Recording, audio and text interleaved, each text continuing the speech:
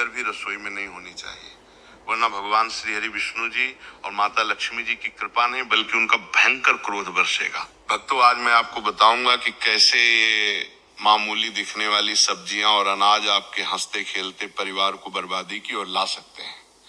इसलिए वीडियो को शुरू से अंत तक ध्यान से देखिएगा, क्योंकि सवाल आपके घर की सुख शांति का है।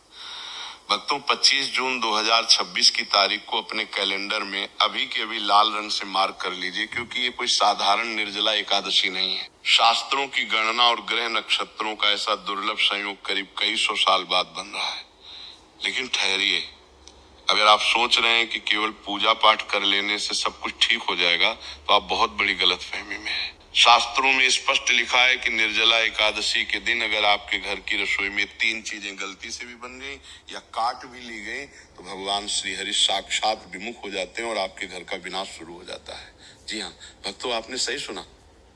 कंगाली ऐसे दरवाजे खटखटाएगी कि आप समझ भी नहीं पाएंगे कि पैसा आ कहां से रहा है और जा कहां रहा है। आज की इस वीडियो में मैं आपको उन 3 अभिशप्त चीजों के बारे में बताने जा रहा हूं जो इस निर्जला एकादशी पर जहर के समान है। और सुनिए, जो तीसरी चीज है ना, वो तो हर भारतीय के घर में रोज बनती है और वही आपकी सबसे बड़ी भूल साबित हो सकती है। तो क्या आप तैयार हैं उस सत्य को जानने के लिए जो आपको और आपके परिवार को आने वाले भारी संकट से बचा सकता है? तो इस वीडियो को एक पल के लिए भी छोड़ने की गलती मत करना, क्योंकि यहाँ बात सिर्फ व्रत की नहीं है, बात आपके घर की सुख, शांति और समृद्धि की है। चलिए सबसे पहले ये समझते हैं कि 25 जून 2026 इतना खास क्यों है ज्योतिष शास्त्र के अनुसार। इस बार ज्येष्ठ मास की इस एकादशी पर ग्रहों का एक ऐसा विशेष योग बन रहा है जो सीधा भगवान श्री हरि विष्णु जी के नारायण रूप से जुड़ा है।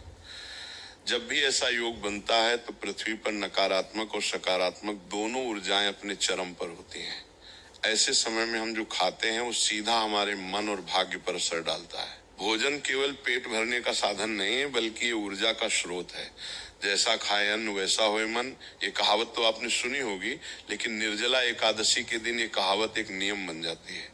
अब आप सोच रहे होंगे कि सब्जियां तो प्रकृति की देन है, फिर वो अशुभ कैसे हो सकती हैं? तो आपको बता दूं कि आयुर्वेद और गरुड़ पुराण के अनुसार कुछ सब्जियां और अनाज ऐसे होते हैं जो तामसिक गुणों से भरे होते हैं। भगवान श्री हरि को सात्विकता पसंद है और इस दिन वातावरण में विष्णु तत्व की प्रधानता होती है। अगर आप उस दिन तामसिक भोजन पकाते हैं तो आप सीधे तौर पर उस दिव्य ऊर्जा के प्रवाह को अपने घर में आने से रोक देते हैं। ये वैसा ही है जैसे आप आग में घी डालने की जगह पानी डाल दें। तो चलिए बात करते हैं पहली सब्जी के बारे में, लेकिन उससे पहले भक्तों, कमेंट बॉक्स में जय मां लक्ष्मी अवश्य लिख दीजिए और वीडियो को लाइक कर दीजिए। तो भक्तों, बात करते हैं पहली सब्जी की, जिसे देखकर शायद आपको यकीन ना हो, लेकिन शास्त्रों में इसे एकादशी के दिन घर में लाना भी वर्जित माना गया है। वो सब्जी है बैंगन।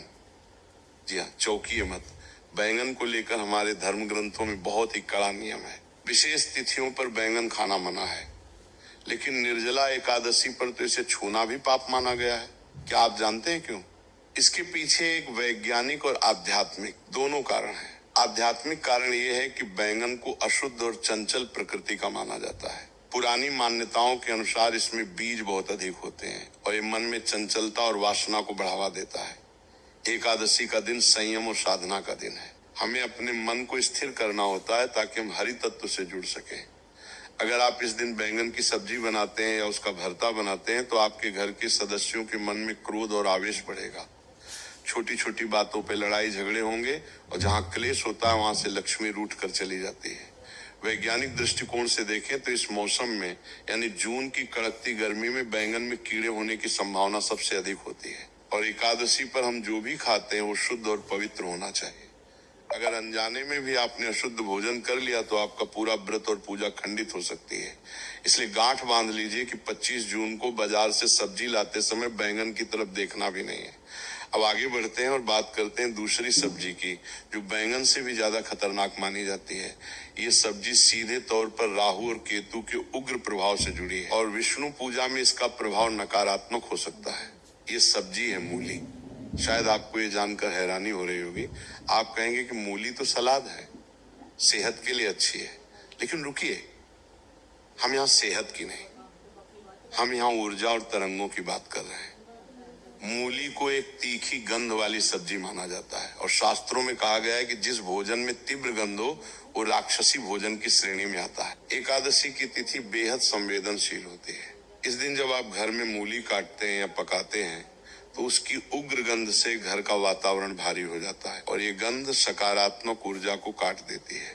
भगवान विष्णु को वो चीजें अर्पित की जाती हैं जो शीतलता और शांति प्रदान करें, जैसे दूध, दही, माखन, चंदन। मूली की तासीर और गंध दोनों ही उग्र हैं। अगर आपने इस दिन मूली के पराठे या सब्जी बनाई तो समझ लीजिए कि आप अपने घर में बीमारी और अशांति को न्योता दे रहे हैं। ऐसा माना जाता है कि इस दिन मूली खाने से व्यक्ति की बुद्धि भ्रष्ट हो सकती है और वो ऐसे गलत निर्णय ले सकता है जिसका पछतावा उसे साल भर करना पड़ेगा। क्या आप चाहेंगे कि आपकी एक छोटी सी गलती आपके पूरे साल की मेहनत पर पानी फेर दे? नहीं ना। इससे पहले कि मैं आपको तीसरी और सबसे महत्वपूर्ण चीज के बारे में बताऊं जो आपके घर में कंगाली ला सकती है, मैं आपको एक बहुत ही जरूरी बात बताना चाहता हूं। बहुत से लोग ये सोचते हैं कि हम तो व्रत नहीं रख रहे हैं, हम तो खा सकते हैं। ये सबसे बड़ी गलतफहमी है। निर्जला एकादशी का प्रभाव पूरी सृष्टि पर होता है, चाहे आप व्रत रखें या ना रखें। अगर आप उस दिन घर में रसोई जला रहे हैं तो नियमों का पालन करना पूरे परिवार के लिए अनिवार्य है। घर का एक सदस्य भी अगर नियम तोड़ता है तो उसका दोष पूरे परिवार को लगता है। अब समय आ गया है उस तीसरी चीज के बारे में जानने का जिसके बिना शायद आपका खाना अधूरा लगता है। लेकिन निर्जला एकादशी के दिन ये चीज भोजन नहीं बल्कि साक्षात दरिद्रता है और वो है चावल और समस्त प्रकार के अनाज, साथ में प्याज और लहसुन। आप कहेंगे कि ये तो हमें पता है, लेकिन रुकिए, इसमें गहरा रहस्य है जो आपको नहीं पता। लोग अक्सर सोचते हैं कि सिर्फ व्रत वाले को चावल और प्याज लहसुन नहीं खाना चाहिए, लेकिन शास्त्रों में लिखा है कि एकादशी के दिन इन चीजों का घर में बनना भी महापाप है। चावल को लेकर मान्यता है कि इस दिन चावल खाना साक्षात जीव हत्या के पाप के बराबर है, क्योंकि इसमें जल तत्व अधिक होता है और एकादशी के दिन चंद्रमा के प्रभाव से शरीर का जल अशांत होता है, जिससे मानसिक भटकाव बढ़ता है। वहीं प्याज और लहसुन की उत्पत्ति की कथा समुद्र मंथन से जुड़ी है। जब राहु का सिर काटा गया था तो उसके रक्त की बूंदें धरती पर गिरी थी, जिनसे प्याज और लहसुन की उत्पत्ति हुई।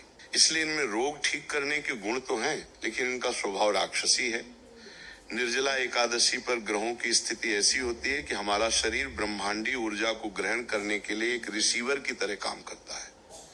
प्याज, लहसुन और अनाज तामसिक भोजन है जो हमारे शरीर में आलस्य, अज्ञान और क्रोध पैदा करते हैं। अगर आप इस दिन छोले, पनीर, दाल या कोई भी ऐसी सब्जी बनाते हैं जिसमें प्याज, लहसुन का तड़का लगा हो या चावल पका हो तो आप नारायण की कृपा से पूरी तरह वंचित रह जाएंगे।